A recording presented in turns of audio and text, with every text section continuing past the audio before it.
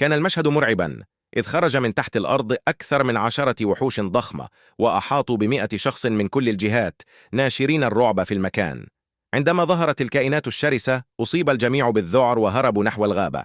زعيم الوحوش تبعهم بهدوء، وأمسك بلاجئ ورماه، ثم أخرج حبلا وقيده، قائلا إنهم أخيرا حصلوا على طعام طازج للشتاء.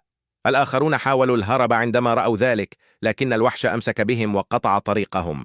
والأكثر رعبا أن الوحوش أطلقت أسلحة خفية شلت حركة من يركض بسرعة، ثم حملتهم إلى باطن الأرض وكأنهم يتسوقون.